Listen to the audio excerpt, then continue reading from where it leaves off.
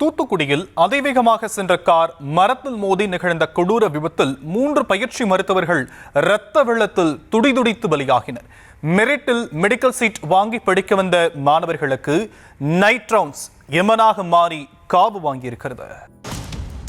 மகன் டாக்டருக்கு படிக்கிறான் என பெருமையாக நினைத்த பெற்றோரது நெஞ்சில் இடியை இறக்குவதைப் போல விபத்தில் சிக்கி 3 மருத்துவ மாணவர்கள் அகால மரணமடைந்தது சோகத்தின் உச்சம்.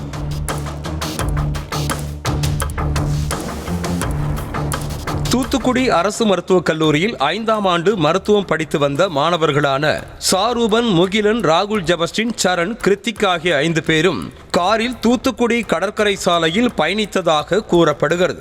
நண்பர்களாக சேர்ந்து நைட் ரவுண்ட்ஸ் வந்த அந்த மாணவர்கள் கடலில் குளித்துவிட்டு கடற்கரை சாலையில் காரில் அதிவேகமாக பயணித்ததாக சொல்லப்படுகிறது.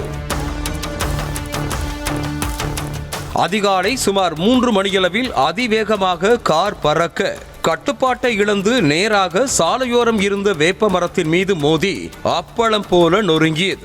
கார் உருக்குலைந்து போன நிலையில் காரை ஓட்டி வந்த சாரூபனும் பின் இருக்கையில் அமர்ந்திருந்த ராகுல், ஜபஸ்டினும் சம்பவ இடத்திலேயே இரத்த வெள்ளத்தில் உயிரிழந்தனர். தகவலறிந்து சம்பவ இடத்திற்கு வந்த போலீசார் உயிருக்கு போராடி கொண்டிருந்த மற்ற 3 பேரையும் மீட்டு மருத்துவமனைக்கு அனுப்பி வைத்த நிலையில் முகிலன் என்ற மாணவர் மருத்துவமனையில் உயிரிழந்தார். கோவையில் பொறியாளர்களாக இருக்கும் சுந்தர்ராஜ், சிவசண்முக வடிவு தம்பதியின் ஒரே மகன்தான் சாரூபன்.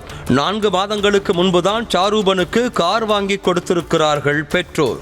அந்த ஃபோக்ஸ்வாகன் காரில் நண்பர்களோடு செல்லும் போதுதான் இந்த விபத்து நிகழ்ந்திருக்கிறது. கடந்த 2020ஆம் ஆண்டு அரசு மருத்துவக் கல்லூரியில் சேர்ந்த சாரூபன் கடைசி ஆண்டு பயிற்சியில் இருந்த சமயத்தில் விபத்தில் சிக்கி பலியானது குடும்பத்தினரை சோகத்தில் ஆழ்த்தி இருக்கிறது.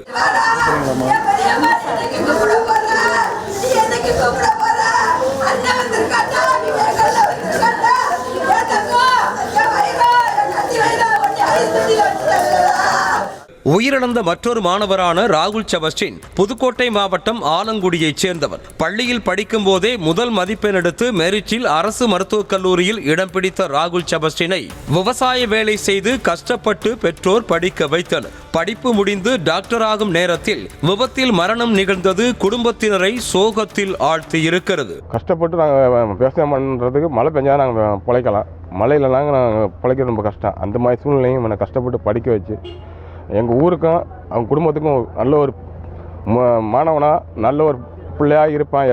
என் மகனுக்கு கொண்டு எடுத்துக்காட்டாக வருவான்னு நினச்சேன். எங்கெல்லாம் கை கழுவிட்டு போயிட்டான். இந்த இழப்பீடு எங்களால் தாங்க முடியலை.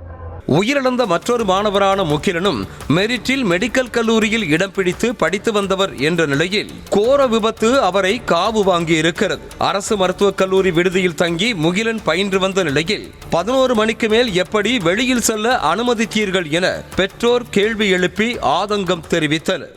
தூத்துக்குடி மெடிக்கல் காலேஜில் 5 வருஷம் டாக்டருக்கு படித்தான், 1 வருஷம் இன்டர்ன்ஷிப் படிச்சிருக்கிறான். முகிலன் அவன் 11 மணிக்கு மேலே வெளியே போயிருக்கிறதுக்கு அலோட் பண்ணியிருக்காங்க.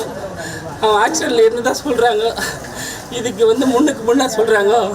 என் பிள்ளை 11 மணிக்கு என்கிட்ட ஃபோன் பேசி தூத்துக்குடி மெடிக்கல் பண்ணுவேன். நான் எனக்கு நீதி கிடைக்கணும், இல்லைக்கு நியாயம் கிடைக்கணும். 11 மணிக்கு மேலே எதுக்கு அலோட் பண்ணாங்க ஸ்டூடெண்ட்டை? நான் கேட்குறேன், நான் 10 பிள்ளையை கேட்குறேன். 11 மணிக்கு என் பிள்ளை காலேஜில் இருக்க நான் ஃபோன் பண்ணான். வாகனத்தில் அதிவேகம் எந்த சூழலாக இருந்தாலும் பேராபத்து என்பதை உணர வைக்கும் வகையில் அரங்கேறி இருக்கிறது இந்த கொடூர சம்பவம். மெரிட்டில் பாஸாகி பல கனவுகளை சுமந்து மருத்துவம் படிக்க வந்த மாணவர்களை யமன் பறித்து கொண்டதை எப்படி விவரிப்பது என்றே தெரியவில்லை.